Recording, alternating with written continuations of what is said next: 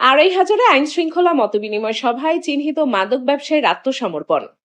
সোমবার বিকেলে উপজেলার উচিতপুরা ইউনিয়নের কুঠিবাড়িতে আইনশৃঙ্খলা মতবিনিময় সভা শেষে মাদক ব্যবসায়ীরা আত্মসমর্পণ করেন। নারায়ণগঞ্জ ২ আসনের নবনির্বাচিত জাতীয় সংসদ সদস্য নজরুল ইসলাম আজাদ নির্বাচিত হওয়ার পরপরই নির্বাচনী প্রতিশ্রুতি বাস্তবায়নে কাজ শুরু করেন। নজরুল ইসলাম আজাদ এমপির নির্দেশে সাড়া দিয়ে একে একে মাদক ব্যবসায়ীদের আত্মসমর্পণ ও আটকে নিরলসভাবে কাজ করে যাচ্ছেন আড়াইহাজার থানা পুলিশ।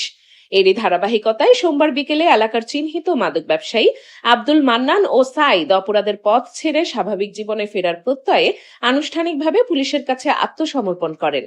আত্মসমর্পণকারীদের সার্বিক সহযোগিতার আশ্বাস দেন অতিথিবৃন্দ ও নেতৃবৃন্দ।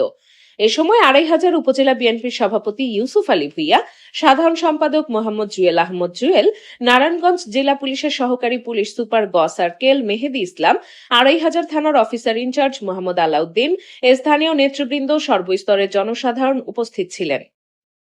তাদেরকে সহায়তা করবেন। আপনারা যদি তাদেরকে ঘৃণা করেন, যেহেতু তারা প্রকাশ্যে এসে আমাদের কাছে স্বীকার করেছে, এখন অনেকেই আবার ভাবতে পারেন যে তোরা তো খারাপ লোক ছিলি, তাদেরকে ঘৃণা করবেন না, তাদেরকে আপনারা সহায়তা করেন, তারা যাতে একটা ভালো কাজের মাধ্যমে আগামী দিনে জীবিকা নির্বাহ করতে পারে, তাদের পরিবার নিয়ে থাকতে পারে। আপনারা সহায়তা না করলে কিন্তু ওনারা আবার আগের খারাপ পথে ফিরে যেতে পারে। এই জন্য আপনাদের সহায়তা করতে হবে। এখন আর এই খারাপ কাজটা করবে না, তারা এখন থেকে ভালো পথে চলবে এবং সমাজের আপনাদের সাথে মিলেমিশে থাকবে। আপনারা তাদেরকে সহায়তা করবেন, তারা যে পূর্বের যে খারাপ কাজের সাথে জড়িত ছিল, এই খারাপ কাজ থেকে বের হয়ে এসে ভালো কাজের মাধ্যমে জীবিকা নির্বাহ করতে পারে। এই জন্য যা যা করা দরকার আপনারা গ্রামবাসী তাদেরকে সহায়তা করবেন। আপনারা যদি তাদেরকে ঘৃণা করেন, যেহেতু তারা প্রকাশ্যে এসে আমাদের কাছে স্বীকার করেছে, এখন অনেকেই আবার ভাবতে পারেন যে তোরা তো খারাপ লোক ছিলি, তাদেরকে ঘৃণা করবেন না, তাদেরকে আপনারা সহায়তা করেন, তারা যাতে একটা ভালো কাজের মাধ্যমে আগামী দিনে জীবিকা নির্বাহ করতে পারে, তাদের পরিবার নিয়ে থাকতে পারে। আপনারা সহায়তা না করলে কিন্তু ওনারা আবার আগের খারাপ পথে ফিরে যেতে পারে। এই জন্য আপনাদের সহায়তা করতে হবে। ইউসুফ ভাই, আপনি সভাপতি হিসেবে আপনার প্রতি এই দায়িত্ব থাকলো, আপনার এলাকার লোক নেতৃবৃন্দকে বলে দিবেন ওনাদের যেন সহায়তা করেন। মাপ চাওয়া লাগবে না। আচ্ছা, বলে দেন, আপনি বলে দেন যে আমরা জীবনে দূরে কথা কই। আমি ক্ষমা হচ্ছে সবচেয়ে বড় মহৎ গুণ।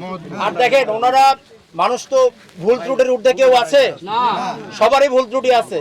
কারোটা হয়তো ওই যে ওনারা এতদিন করছে, ঠিক আছে, আমি কি মানে কেউ কি একটু বলতে পারবে কেউ কি ফেরেশতা ছাড়া সবারই ভুল ত্রুটি আছে। ওনারা ভুল ত্রুটি করছে, ওনারা প্রকাশ্যে এসে আমাদের কাছে স্বীকার করছে যে ওনারা ভুল করেছে, আর ওই পথে যাবে না।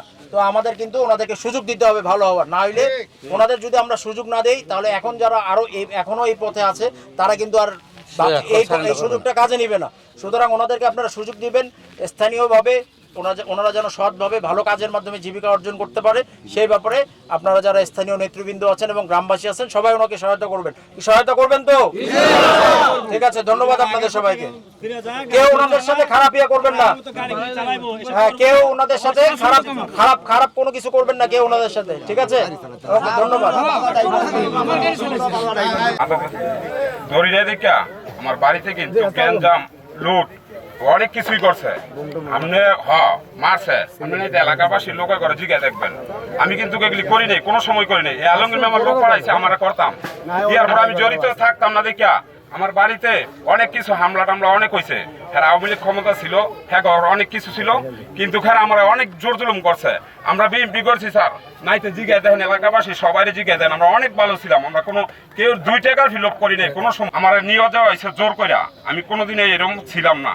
আপনার এলাকার প্রত্যেকটা লোকের জিজ্ঞাসা দেখবেন, একটা যদি আমার একটা লোকে বলে তো আমরা 10 জনে জায়গায় যেই বিচার হইব আপনারা মাইরে যাবেন, আমার কোনো আবৃত্তি নেই।